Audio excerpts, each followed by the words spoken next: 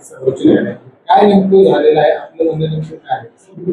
गोकुळच्या संबंधित सर्वोच्च न्यायालयामध्ये जी याचिका गेली, खरं म्हणजे आम्हाला त्यातनं गाफील ठेवलं गेलं. मी त्यामध्ये पार्टी असताना आम्हाला त्याचं इंटिमेशन दिलं गेलं नाही काहीच. त्यामुळे आमचं असं म्हणणं होतं, आम्हाला लक्षात आलं की आमच्या अशी याचिका दाखल झालेली आहे. काल त्यामध्ये मेन्शन झाली होती याचिका, ती मेन्शन होऊन सुद्धा त्या ठिकाणी कोणती कार्यवाही झाली नाही. आज सकाळी ती याचिका मेन्शन होण्यापूर्वी आम्ही कालच संध्याकाळी त्यातलं कॅव्हेट दाखल केलं.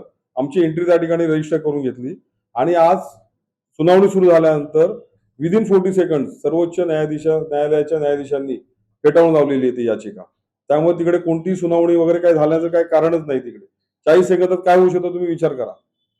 त्यांच्या वकिलाने बोलायला सुरुवात केली आणि इमिजिएट न्यायाधीशांनी उडून लावला तो विषय. जे काय ते तिकडे हायकोर्टमध्ये सुरू आहे ना, तिकडे जाऊन मांडा. एवढं स्पष्ट त्यांनी सांगितलेलं आहे.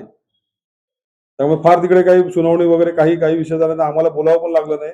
आमचे वकील ऍडव्होकेट सतीश तळेकर त्यांचे प्रतिनिधी त्या ठिकाणी उपस्थित होते. आम्ही सुद्धा या ठिकाणी व्हीसीच्या माध्यमातून मी सुद्धा उपस्थित होतो. त्यामुळे आम्ही सगळं बघितलेलं आहे.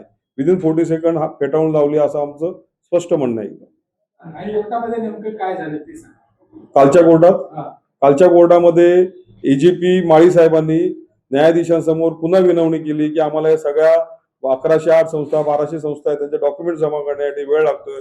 मंत्रालयातनं काही डॉक्युमेंट्स आणायचे, सगळं जमवायचे, कृपया आम्हाला अजून आठवड्याभरचा वेळ द्यावा म्हणून. त्यामुळे त्यांनी 17 तारीख मंगळवारची तारीख दिलेली आहे पुन्हा एकदा.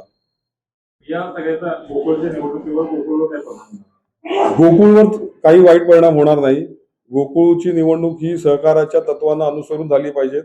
सहकाराची तत्व अनुसरूनच ही निवडणूक घेतली जाणार आहे. त्यातनं बोगस आहे ते बोगस कुठेही नसतं. म्हणजे निवडणूक प्रक्रियेमध्ये कोणत्याही म्हणजे विधानसभा निवडणुकीत नको, तसे सहकारामध्ये सुद्धा नको, कुठेच नको असं आमची मागणी आहे. त्यामुळे बोगस सभासद जे कोणी फक्त ठरावासाठी जे संस्था उभ्या राहिलेल्या आहेत त्यांना मतदान त्यांनी करू नये. त्यासाठी आम्ही प्रयत्न करतो आहोत.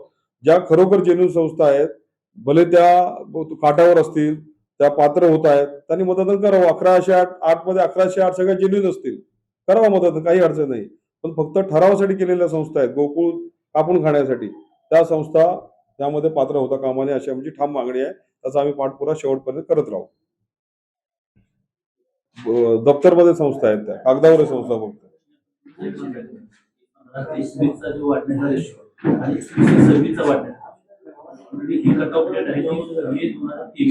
हो, 3-5 हो नाही, त्या मागच्या 2.5 वर्षातल्या आणि ह्या 2.5 वर्षातल्या त्या वाढलेल्याच आहेत. त्या सगळ्यांना चॅलेंज करतो आम्ही असं म्हणत नाही की 21च्या आधीच्या सभासद नोंदणी झाले त्यांना सोडा आणि 21 नंतर झाले त्यांना फक्त पकडा. आम्ही म्हणतो या 5470 याच्यापैकी ज्या कागदोपत्री आहेत, ज्या पात्रता निकष पूर्ण करत नाहीत, त्या सगळ्यावर आमचा आक्षेप आहे. त्यामध्ये त्या आधीच्या पण येणार, 21च्या आधीच्या 2 वर्षातल्या पण येणार. पण ज्या प्रकारे 1800, 1600, 1500 मी आता सांगतो, ह्या वर्षी 6239 सभासद या क्षणी आहेत आता. म्हणजे पुढची निवडणूक बघा 7,500-8,000 ची जाणार आणि 5,000 पद यांचे बोगस असणार आणि हे 5,000 लोक ठरवणार गोकुळचं भवितव्य. ते पद काय असणार आहे, एका कुटुंबातले 2 नको असं पण आहे त्यामध्ये बायलॉज मध्ये. म्हणजे भावंड यांचे 15 भावंडच मतदान करणार आणि असे, आणि कसं आहे ह्यांचे 10 कुटुंब झाले की साहेब 150 ठराव होतात. एक संचालक असा झाला घरातच होऊन जाईल. त्यांनी 150चा आता जो आकडा काढलेला आहे, एवढे मोठे मोठे कुटुंब आहेत, मर्यादा आपल्याला आहे, तिकडे मर्यादा नाहीये, कुठून आणणार मग? 150 लोक झाला की एक संचालक झाला की मग बाकीच्यांनी काय करायचं? नाही, गोकुळ काय ज्यांचं दूधच नाही अशा लोकांसाठी गोकुळ थोडी आहे. प्रामाणिक लोक जे आहेत त्यांच्यासाठी, त्यांनी सभासदांसाठी आहे. मग सहकाराचं मूळ तत्वच छेद होतं ना याच्यामध्ये. मग डिबेंचर करावं लागतं.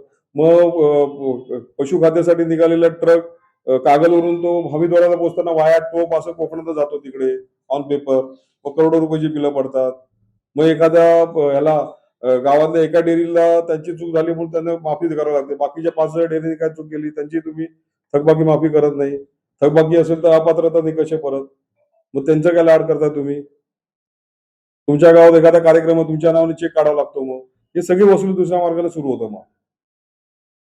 जाधव आपलं महिलेलं जाधव प्रकारात काय झालं, घड्याळ प्रकारात काय झालं, हे सगळं लुटायचा कार्यक्रम यांनी सुरू केलेला आहे. हे लुटण्यासाठी म्हणून त्यांना हे 1500 बोगस सभासद त्यामध्ये घुसवायचे आहेत आणि त्यांना गोकुळताने जिंकायचं आहे.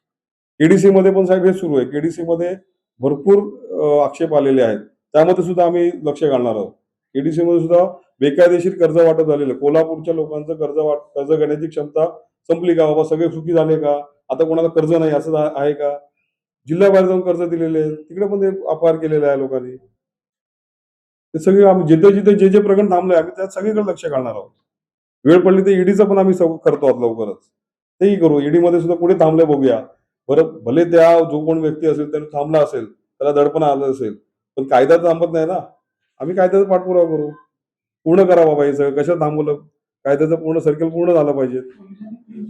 नाही दिली आहे. नाही नाही नाही नाही दिली. पोलिसांनी रिपोर्ट दिलाय मला वाटतं दिवाळी साजरी केली असते यांनी आता. रिपोर्ट यांनी देऊ द्या. सुप्रीम हायकोर्टातनं कोणतीही क्लीन चिट अजून मिळाली नाहीये. आम्ही हायकोर्टाला केस म्हणतोय. हायकोर्टामध्ये आम्ही पाठपुरावा करू. केडीसी मध्ये सुद्धा भ्रष्टाचार केलेला आहे, तिथे सुद्धा पाठपुरावा करू. दुसऱ्या केसमध्ये आमचं सुरू आहे 23 तारखेला ती पण सुनावणी आहे. त्याच्यामध्ये जेवढा भ्रष्टाचार केलेला आहे सगळं मॅनिप्युलेट केलेलं आहे लोकांनी.